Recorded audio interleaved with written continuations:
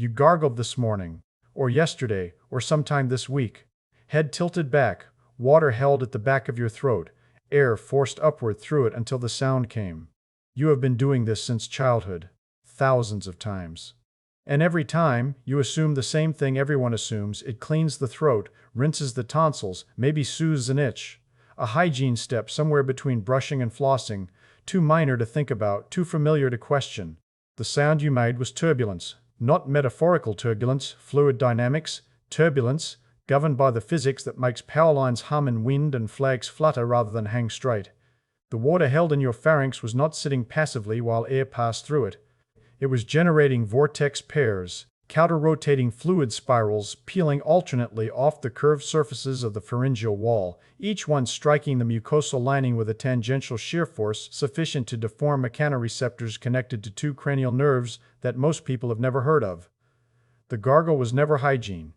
It was fluid dynamics applied to the nervous system through the architecture of the throat, and what those two nerves do with the signal they receive explains why a controlled trial found that gargling with plain water reduced respiratory infections by 36%. The physics of how that works, and why it matters more after 55 than at any earlier age, is the mechanism this timeline reaches past its midpoint. Laminar flow is smooth. Fluid particles travel in parallel layers without mixing, sliding past each other in orderly sheets that exert minimal force on the surfaces they contact. Turbulent flow is the opposite: chaotic, swirling, unpredictable. Fluid particles moving in eddies and vortices that generate pressure fluctuations and mechanical vibration in every surface they touch. The distinction between the two is not a matter of degree. It is a phase transition governed by a single dimensionless quantity, the Reynolds number. Reynolds number is the ratio of inertial forces to viscous forces in a moving fluid, a calculation that takes into account the fluid's velocity, the diameter of the channel it flows through, and the fluid's viscosity, its internal resistance to flow. When the Reynolds number in a channel exceeds approximately 2000, flow transitions from laminar to turbulent, a phase change as definitive as water freezing at 0 degrees. Below 2000, the fluid moves in orderly layers that exert minimal shear force on the channel walls. Above 2000, vortices form spontaneously, pressure oscillates across the flow field, and every surface in contact with the fluid receives mechanical agitation that the laminar regime does not produce. The threshold is not gradual. There is a narrow transition zone, but the difference between laminar and turbulent flow at the pharyngeal wall is the difference between gentle contact and vigorous mechanical stimulation of every receptor embedded in the tissue. During gargling, the pharynx, with air velocities of 2 to 5 meters per second, forcing upward through a water column approximately 2 centimeters deep in a channel approximately 3 centimeters wide, produces Reynolds numbers well above the turbulent threshold. The turbulence is not incidental to the gargle. It is the gargle. Without turbulence, air would pass smoothly through the water and the throat would be silent. No sound, no vibration, no mechanical stimulation. The gargling sound you hear is the acoustic signature of vortex shedding. Pairs of counter-rotating fluid spirals peeling alternately off the pharyngeal surfaces in a pattern that fluid dynamicists call a Kármán vortex street, as Williamson described in the Annual Review of Fluid Mechanics. The pattern that makes telephone wires sing in wind and produces the oscillating wake behind a bridge pylon in a river current. Gargling vigorously at the back of the throat, head tilted back, air forced upward with enough velocity to produce a loud, sustained gargling sound. Produces higher Reynolds numbers, more intense vortex shedding, and greater shear forces on the pharyngeal mucosa. Gargling weakly, barely agitating the water, producing a quiet, intermittent sound, generates near laminar flow with minimal mucosal stimulation. The loudness of the gargle is a direct readout of the turbulence intensity. If the gargle is quiet, the physics is weak. If the gargle is loud, the physics is working. Each turbulent vortex strikes the pharyngeal wall with a tangential force, a shear stress that drags across the mucosal surface rather than pressing perpendicular to it. The shear forces during vigorous gargling are estimated at 5 to 15 dyne per square centimeter, a force range that sits precisely in the biologically significant window, above the threshold for mechanoreceptor activation, but below the threshold for tissue damage. 5 dyne per square centimeter is sufficient to deform the cell membranes of the mechanoreceptors embedded in the pharyngeal epithelium, bending the receptor proteins enough to open their ion channels and trigger action potentials in the sensory nerve fibers connected to them. 15 dyne per square centimeter is still well below the threshold for mucosal injury. The pharyngeal epithelium routinely withstands shear forces an order of magnitude higher during forceful coughing, vomiting, and the passage of hard food boluses without sustaining damage. The gargle occupies a precise force window, strong enough to activate every mechanoreceptor in the pharyngeal wall, gentle enough to leave the tissue intact across decades of daily repetition. The throat evolved to withstand far greater forces than a gargle delivers. The safety margin is built into the anatomy. Embedded in the pharyngeal wall are 2 categories of mechanoreceptor relevant to gargling. Rapidly adapting receptors respond to changes in mechanical stimulation. The onset and offset of each vortex impact, the moment-to-moment variation in shear force as individual vortices in the turbulent flow pattern peel off the pharyngeal surfaces and strike the mucosa in sequence. These receptors fire a burst of action potentials at the leading edge of each vortex impact, and then go silent until the next vortex arrives, producing a pulsed signal that encodes the frequency and intensity of the vortex shedding pattern. Slowly adapting receptors respond to sustained mechanical deformation, the continuous baseline contact between turbulent fluid and tissue that persists throughout the duration of the gargle, independent of individual vortex events. These receptors fire continuously as long as the mechanical deformation exceeds their threshold, but they require several seconds of sustained contact before their ion channels reach full conductance, producing a tonic signal that encodes the overall intensity and duration of the turbulent contact only after the gargle has been sustained long enough for the slowly adapting population to fully activate. Together, the 2 receptor types generate a complex temporal pattern of action potentials, a high-frequency barrage combining pulsed and tonic mechanosensory signals firing throughout the 15 to 30 seconds the gargle lasts. These mechanoreceptors are innervated by 2 cranial nerves, the glossopharyngeal nerve, cranial nerve. 9. Carries sensory information from the posterior pharynx, the back of the tongue, and the tonsillar region. The pharyngeal branch of the vagus nerve, cranial nerve 10, carries sensory information from the pharyngeal constrictor muscles and the soft palate.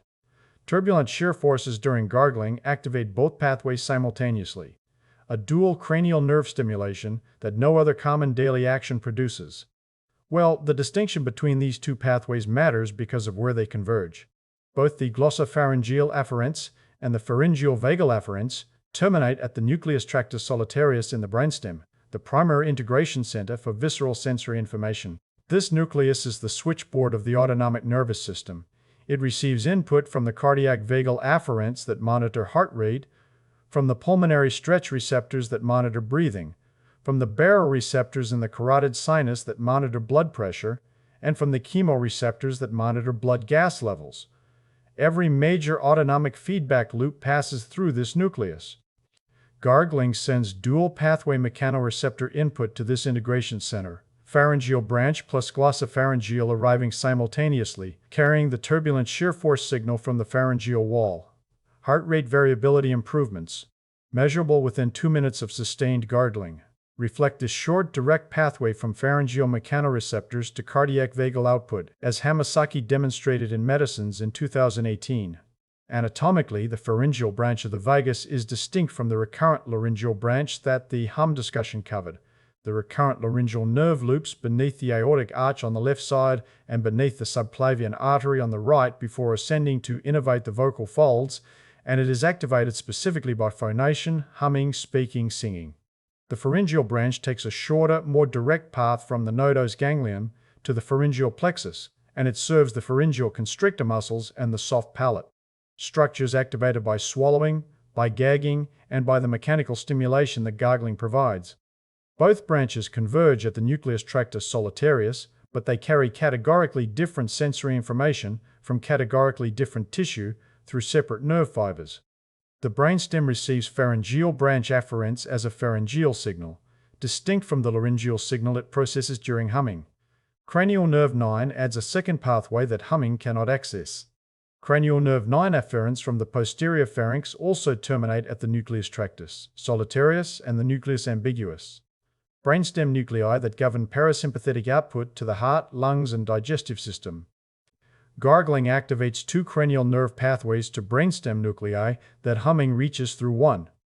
The vagal coverage is broader, pharyngeal branch plus glossopharyngeal, and the sensory input is mechanoreceptor-driven rather than phonation-driven, which means the brainstem receives a different quality of afferent signal that activates a partially different population of neurons within an overlapping nuclear complex. If you have been gargling at the bathroom sink your entire adult life, even briefly, even without thinking about it, you have been sending dual cranial nerve signals to your brainstem through a pathway that nothing else in your morning routine activates. The toothbrush does not reach the pharyngeal mechanoreceptors. The mouthwash does not generate turbulent shear forces. The gargle is the only action at the sink that produces Reynolds numbers above 2000 in the pharyngeal space and delivers mechanical stimulation to both cranial nerve 9 and cranial nerve 10 simultaneously. You now know the fluid dynamics. Turbulent flow above Reynolds 2000, vortex shedding generating shear forces of 5 to 15 dyne per square centimeter against the pharyngeal wall, dual cranial nerve activation through mechanoreceptors connected to the glossopharyngeal and the pharyngeal vagus. The question changes from what the turbulence does to the nerves to what it does to the mucosal surface beneath it and to the muscles holding the water in place. Because those 30 seconds that activate two cranial nerves also disrupt the bacterial structure the immune system cannot reach and trains muscles that are weakening at a rate you will not notice until they fail. Bacteria colonize the pharyngeal mucosa by forming biofilms, the polysaccharide fortress the gum discussion described, where structured bacterial communities embed themselves in a self-produced matrix that immune cells cannot breach and antibiotics penetrate poorly. The biofilm architecture forms identically on the pharyngeal surface, and once established, it serves as a persistent reservoir for respiratory infection. Bacteria and bacterial fragments from the colony are aspirated into the lower airways on microdroplets of saliva throughout the day, seeding the lungs and bronchi with pathogenic material the pharynx was supposed to have cleared. Turbulent shear forces of gargling mechanically disrupt this biofilm during its vulnerable formation window. The vortex impacts at 5 to 15 dyne per square centimeter exceed the adhesive strength of the biofilm matrix during its early stages. The first 12 to 24 hours after bacteria begin colonizing the mucosal surface, before the polysaccharide shield has thickened enough to resist the mechanical forces, a gargle generates. The physics is a force competition. The biofilm's adhesive strength increases with time as the polysaccharide matrix cross-links and hardens, while the gargle delivers a fixed shear force determined by the turbulence intensity. In the first 12 hours, the adhesive force is low, and the gargle wins. The turbulent flow peels the immature matrix from the surface. After 24 hours, the adhesive force may exceed what gargling can deliver, and the biofilm enters the resistant phase that even the immune system struggles to clear. Daily gargling catches the biofilm during the window, when mechanical force exceeds adhesive force, resetting the mucosal surface every morning before the overnight colony can harden. Plain water gargling. No antiseptic, no medication, nothing but tap water and turbulent flow. Reduce the incidence of upper respiratory tract infections by 36% compared to a control group, as Satomura and colleagues published in the American Journal of Preventive Medicine in 2005. 36% fewer infections from a 30-second mechanical intervention using water. The antiseptic gargling group in that study showed no significant additional benefit over plain water, confirming that the mechanism was mechanical disruption rather than chemical killing. The turbulence was the medicine, the water merely the delivery vehicle, the chemistry irrelevant. And then, mature biofilms, established for more than 24 hours, are substantially harder to disrupt. The polysaccharide matrix thickens with time, increasing the adhesive force the biofilm exerts on the mucosal surface and raising the shear force threshold required for removal. Daily gargling catches the biofilm during its vulnerable window, the first hours of formation, before the matrix hardens and resets the mucosal surface to a state the immune system can manage. Skipping a day allows the biofilm to mature past the shear force threshold that gargling can deliver. The intervention is daily because the biology of biofilm formation is daily. For anyone over 55 whose mucosal immune function is declining as thymic involution progressively reduces naive T-cell production and mucosal immunoglobulin, As secretion decreases with each passing year, the mechanical biofilm disruption provides an immune layer that the weakening biological defenses no longer maintain on their own. The gargle does not replace the immune system. No mechanical intervention can substitute for the adaptive immune response. It does what the immune system increasingly cannot: physically remove the bacterial colony before it establishes. The morning I heard the gargling sound as turbulence for the first time, water held at the back of the throat, air forced upward until the vortex street announced itself. I held the gargle for a measured 20 seconds and felt the vibration against the posterior pharyngeal wall with a specificity I had never noticed before. The sound was the physics. The vibration was the shear force striking the mucosal surface where the biofilm forms. 20 seconds of sustained vortex shedding inside a chamber I had been carrying in my throat my entire life without understanding what it was doing to the nerves, to the bacteria, to the muscles holding the water in place. Gargling requires simultaneous sustained contraction of three muscle groups you never think about: the soft palate elevators, which seal the nasal cavity to prevent water from entering the nose during the gargle; the pharyngeal constrictors, which maintain the fluid column in the pharyngeal space against the upward force of the exhaled air; and the laryngeal elevators, which protect the airway from the fluid sitting directly above the vocal folds. Each of these muscle groups fires continuously for 15 to 30 seconds during a gargle, 15 to 30 times longer than the 1-second contraction required during a normal swallow. Each gargle delivers an isometric endurance, sustained contraction against the resistance of the fluid column. The training principle: a wall sit applies to the quadriceps or a plank applies to the abdominal wall. The muscles learn to maintain protective tone for longer periods, which translates into faster and more reliable contraction during the rapid 1-second swallowing sequence that protects the airway from aspiration every time you eat or drink. Pharyngeal muscle fibers undergo the sarcopenic changes that affect limb muscles. Motor neuron loss from the nucleus. Ambiguous reduces the number of muscle fibers the brain can recruit. The remaining fibers lose cross-sectional area as protein synthesis declines relative to protein breakdown, and the fiber type composition shifts from fast-twitch type 2 fibers towards slower type 1 fibers that generate less peak force per contraction. Pharyngeal muscle strength declines approximately 1 to 2% per year after age 50, as Butler and colleagues documented in the laryngoscope, a rate that produces no symptoms for decades because the pharyngeal muscles start with enormous functional reserve. A 20-year-old's pharyngeal constrictors generate peak forces many times greater than the minimum required for safe swallowing. The margin between capacity and requirement is so wide that years of attrition produce no detectable change in function. The margin narrows invisibly with each passing year. By 60, the reserve has diminished but remains adequate for normal eating and drinking. By 70, the reserve may be approaching the minimum, the muscles operating near the threshold required for reliable airway protection during every swallow. By 80, many adults have crossed that threshold without any warning event because the decline was linear and silent throughout. The symptoms appear only when the reserve is finally exhausted: coughing when drinking thin liquids, food going down the wrong way at meals, the sensation of liquid catching at the back of the throat. These are not inevitable signs of aging.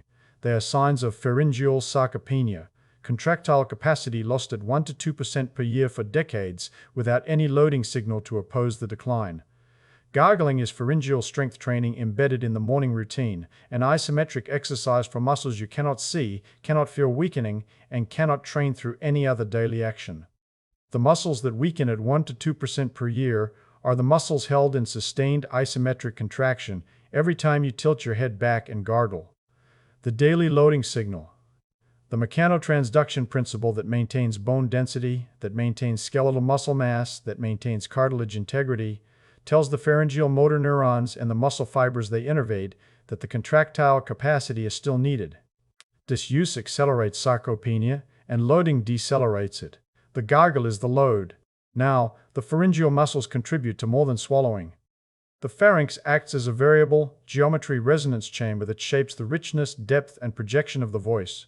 The muscular walls of the pharynx actively adjust the chamber's dimensions during speech, widening for open vowels, narrowing for aphen vowels, narrowing for nasal sounds, elongating for deep tones. Weakened pharyngeal constrictors lose the ability to maintain these shape adjustments, producing a thinner pharyngeal space with less volume in the resonance cavity and less muscular control over the chamber's geometry during speech.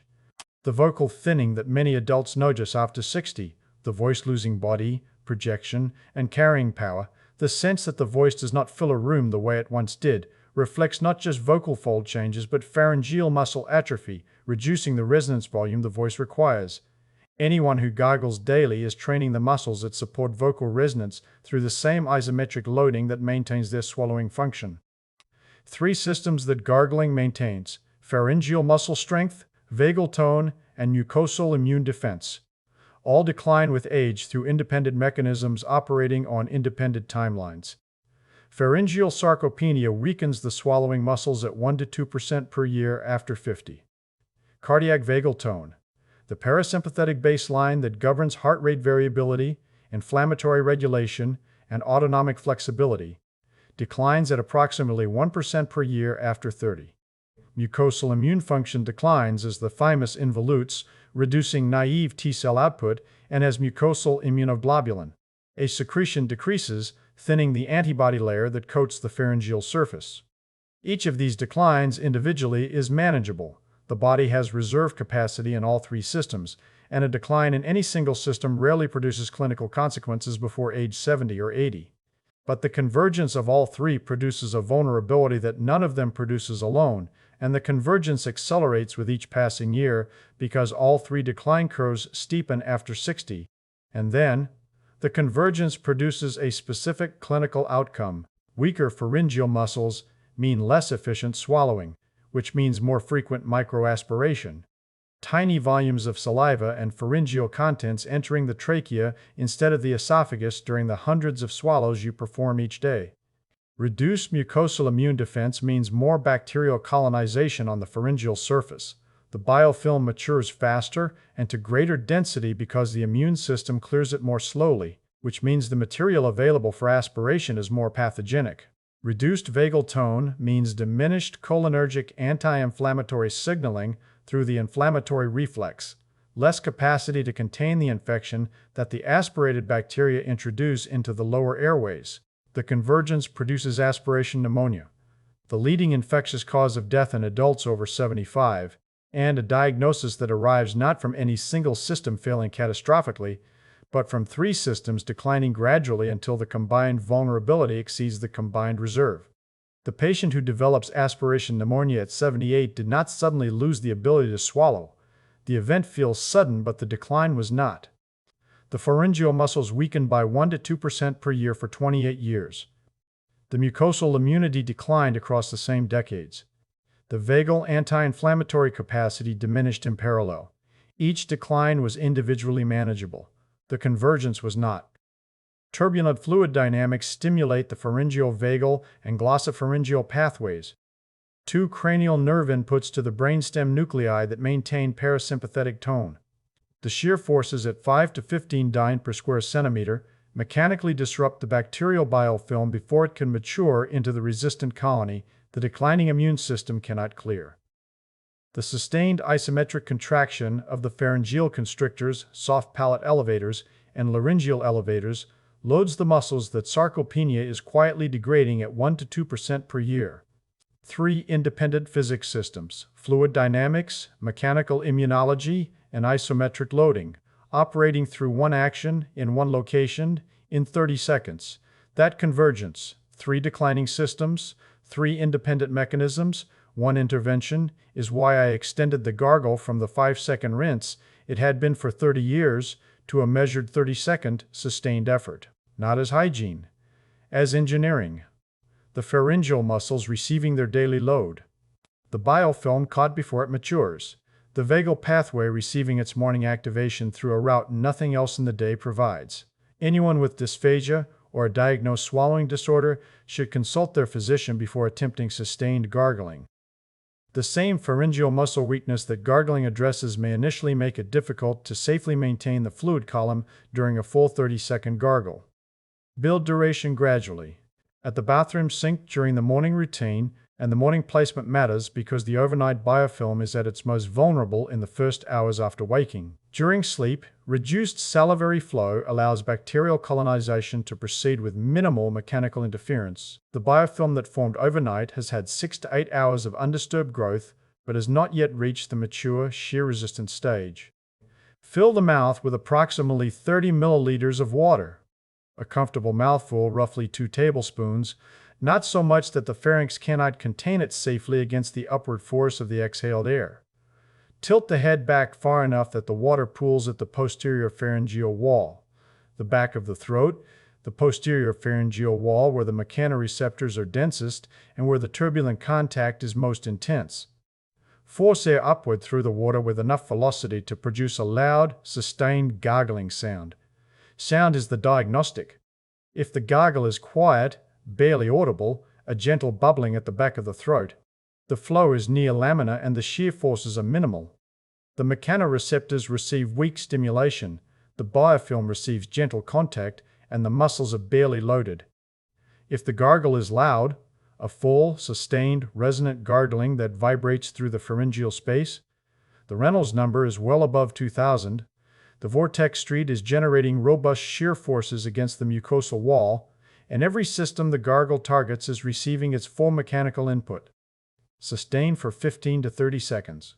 The 15-second minimum ensures the slowly adapting mechanoreceptors reach full conductance. Below 10 seconds, the tonic population has barely begun firing, and the parasympathetic shift is minimal. The 30-second target provides full mechanoreceptor activation, and the isometric loading duration the pharyngeal muscles need for an effective training stimulus.